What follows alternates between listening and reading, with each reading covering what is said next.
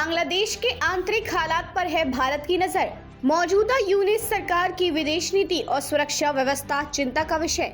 पड़ोसी देश बांग्लादेश से पूर्व पीएम शेख हसीना को सत्ता से बेदखल किए हुए 2.5 महीने हो गए हैं, लेकिन वहां की अंतरिम सरकार अभी तक दीर्घकालिक प्रशासन का कोई रोड मैप नहीं दे पाई है।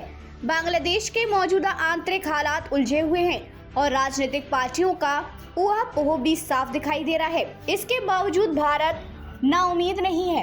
भारत के कूटनीतिक रणनीतिकार मान रहे हैं कि अभी इंतजार करने की नीति ही सर्वश्रेष्ठ है, लेकिन उन्हें इस बात का पक्का भरोसा है कि वहां के भावी राजनीतिक घटनाक्रम में भारत के हितों को नजरअंदाज नहीं किया जाएगा। इसके साथ ही भारत बांग्लादेश के हालात पर पैनी नजर बनाए हुए है। सूत्रों का कहना है कि बांग्लादेश की आंतरिक स्थिति में पिछले 2 महीने में कोई बदलाव नहीं आया है। राजनीतिक अस्पष्टता पहले की तरह ही है। प्रोफेसर मोहम्मद यूनुस की अगुवाई अंतरिम सरकार की तरफ से चुनाव कराने या प्रशासन का कोई रोड मैप नहीं दिया गया है। मौजूदा पुलिस चुनावी व्यवस्था आदि में बदलाव के लिए समितियां गठित की गई हैं, जबकि संविधान में भी संशोधन करने के लिए अलग से समिति गठित करने का विचार हो रहा है।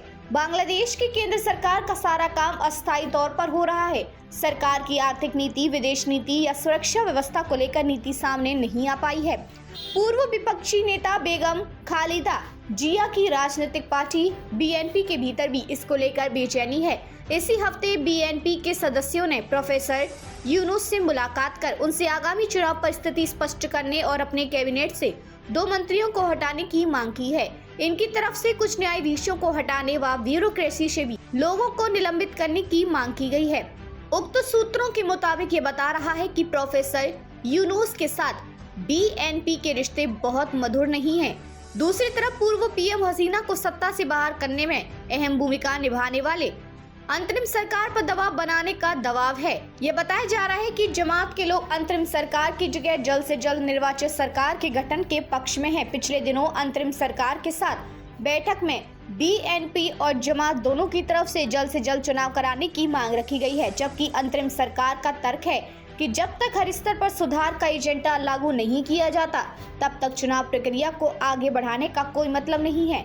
वैसे यह भी उल्लेखनीय तथ्य है कि अंतरिम सरकार ने आवामी लीग, पूर्व पीएम हसीना की पार्टी और पूर्व पीएम हसीना की सरकार में शामिल दूसरे राजनीतिक दलों को विमर्श के लिए नहीं बुलाया है।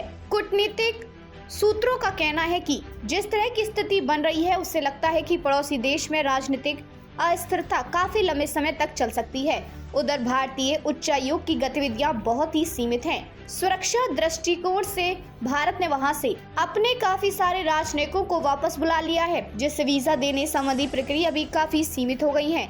मांग के मुताबिक बीमार व्यक्तियों को भी समय पर वीजा देने में समस्या आ रही है। जब तक अंतरिम सरकार सुरक्षा प्रबंध को चाक चौबंद नहीं करेगी, भारत के लिए सामान्य वीजा सेवा देना मुश्किल है।